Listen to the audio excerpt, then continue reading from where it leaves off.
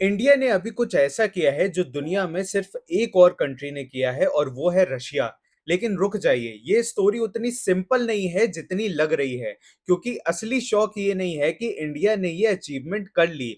असली शौक ये है कि इंडिया के पास दुनिया का सबसे पावरफुल एनर्जी रिसोर्स होने के बाद भी हम हर साल 137 बिलियन डॉलर्स दूसरी कंट्रीज को दे देते हैं। और पता है सबसे अजीब बात क्या है? जिस चीज से हम अपनी पूरी एनर्जी प्रॉब्लम सॉल्व कर सकते हैं वो लिटरली हमारे बीचेस पर पड़ा हुआ है।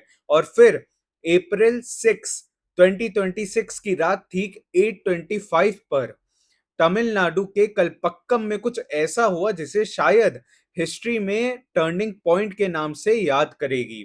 लेकिन एक सवाल है, क्या ये 70 साल पुराना सपना फाइनली रियलिटी बनने वाला है या फिर ये इंडिया का एक और डिलेड प्रोजेक्ट बन के रह जाएगा?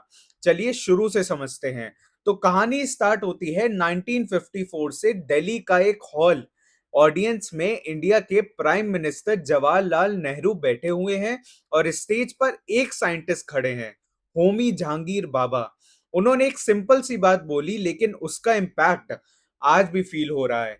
उन्होंने कहा कि इंडिया के पास यूरेनियम बहुत कम है लेकिन दुनिया का 25% थोरियम है, इसलिए हमें वही यूज करना चाहिए जो हमारे पास है। और यहीं से स्टार्ट होता है इंडिया का सबसे एम्बिशियस एनर्जी प्लान। एक ऐसा प्लान जो 10 या 20 साल का नहीं बल्कि 100 साल का विजन था।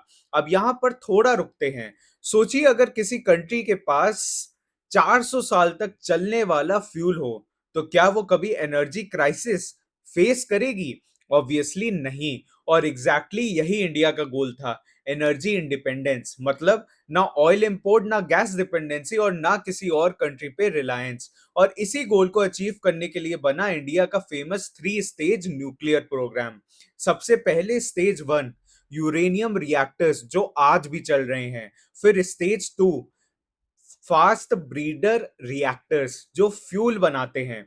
और फाइनली स्टेज 3, थोरियम रिएक्टर्स जो इंडिया का अल्टीमेट फ्यूचर है। सुनने में सिंपल लगता है लेकिन प्रॉब्लम यहां से शुरू होती है। स्टेज 2 तक पहुंचने में ही इंडिया को लगभग 70 साल लग गए। और ये सिर्फ डीले नहीं है, ये एक ऐसा डीले है जिसका कॉस्ट हम हर साल पे कर रहे हैं बिना रियलाइज करे। और इसको समझने के लिए एक शॉकिंग फैक्ट सुनिए। 1 टन थोरियम 200 टन यूरेनियम के बराबर एनर्जी देता है और मिलियंस टन्स कोल के बराबर। मतलब सिंपल लैंग्वेज में इंडिया के पास एक हिडन एनर्जी जैकपॉट है।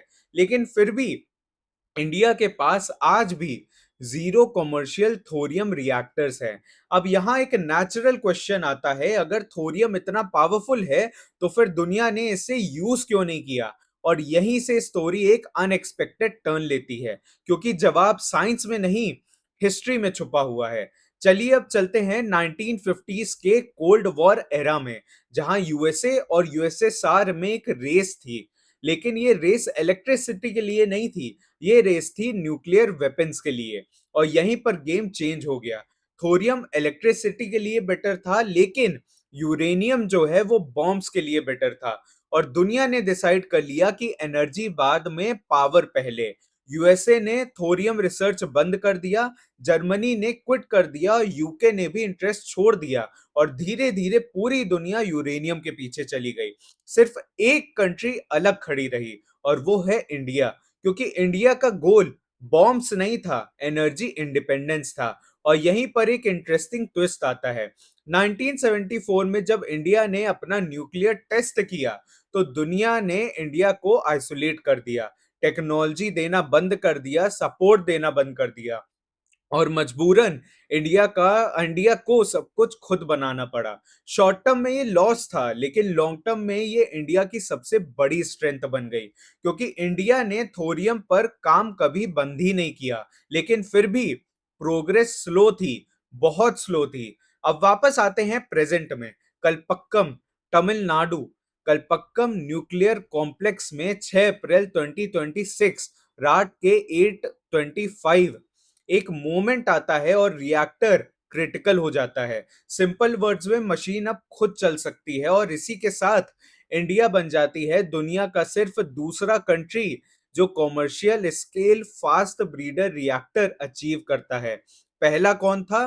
पहला रसिया था। और बस, ना यूएसए, ना चाइना, ना यूरोप, सिर्फ इंडिया और रशिया है अब। और ऑनेस्टली ये इतना बड़ा मोमेंट था, लेकिन दुनिया ने इसे उतना नोटिस ही नहीं किया। लेकिन असली बात अभी बाकी है, क्योंकि ये रिएक्टर सिर्फ इलेक्ट्रिसिटी प्रोड्यूस नहीं करता, ये फ्यूल भी बनाता है। एक ऐसी मशीन जो खुद का फ्यूल जनरेट करती है। और यही है इंडिया के स्टेज 3 का ब्रिज। मतलब ये सिर्फ एक रिएक्टर नहीं, ये फ्यूचर का गेटवे है। लेकिन स्टोरी यहीं खत्म नहीं होती, क्योंकि ग्राउंड रियलिटी अभी भी टफ है। इंडिया आज भी अपनी 85 से 88% ऑयल नीड्स इंपोर्ट करता है बाहर से, हर साल अराउंड $137 बिलियन। और ये सिर्फ एक नंबर नहीं है, ये रियल लाइफ इम्पैक्ट है। सोचो, त्रिपुर की एक टेक्सटाइल ओनर इलेक्ट्रिसिटी प्राइस बढ़ाता है, वो कॉस्ट पास नहीं कर पाती, और वर्कर की शिफ्ट्स कट हो जाती हैं। मतलब एनर्जी डिपेंडेंसी सीधा लोगों की लाइफ इफेक्ट करती है। और इसीलिए थोरियम सिर्फ साइंस का टॉपिक नहीं है, ये इकोनॉमी का टॉपिक है, ये जियोपॉलिटिक्स का टॉपिक है, ये फ्यूचर का टॉपिक है। अब थोड़ा फ्यूचर इमेजिन करते हैं। अगर इंडिया सक्सेसफुली स्टेज 3 तक पहुंच जाता है, तो क्या होगा? सिंपल सी बात है, इंडिया को फ्यूल इंपोर्ट करने की जरूरत नहीं पड़ेगी, ऑयल शॉक्स का इम्पैक्ट जीरो हो जाएगा। और एक आईआईटी दिल्ली स्टडी के अकॉर्डिंग नेक्स्ट 30 साल में $4 ट्रिलियन तक सेविंग्स पॉसिबल है। 4 ट्रिलियन, मतलब इंफ्रास्ट्रक्चर, जॉब्स, ग्रोथ, सब कुछ मल्टीप्लाई हो सकता है। और सबसे बड़ी बात, इंडिया एनर्जी इंडिपेंडेंट हो सकती है, रियल इंडिपेंडेंस। लेकिन यहाँ एक अनकंफर्टेबल ट्रुथ भी है। इंडिया ने पहले भी एम्बिशियस टारगेट्स सेट किए हैं और उन्हें रिवाइज भी किया है। डिलेज हुए हैं, कॉस्ट बढ़े हैं, एग्जीक्यूशन वीक रहा है। तो सवाल ये नहीं है कि प्लान सही है या नहीं, सवाल ये है कि एग्जीक्यूशन होगा या नहीं। 70 साल पहले होमी जहांगीर बाबा ने बेट लगाई थी। आज हम उस बेट के बीच में खड़े हैं। स्टेज 2 फाइनली आ चुका है, स्टेज 3 अभी बाकी है। और शायद पहली बार इंडिया के पास रियल चांस है अपनी एनर्जी डेस्टिनी चेंज करने का। तो अब फाइनल सवाल आपके लिए, अगर आपको बेट लगानी हो, इंडिया का फ्यूचर 2050 तक थोरियम पे होगा या सोलर पे होगा? कमेंट करके बताइए। लेकिन इस बार सिर्फ ओपिनियन नहीं, लॉजिक के साथ। और इस वीडियो को अपने फैमिली और फ्रेंड्स के साथ शेयर करिए, जो लोग जियोपॉलिटिक्स में काफी इंटरेस्टेड रहते हैं।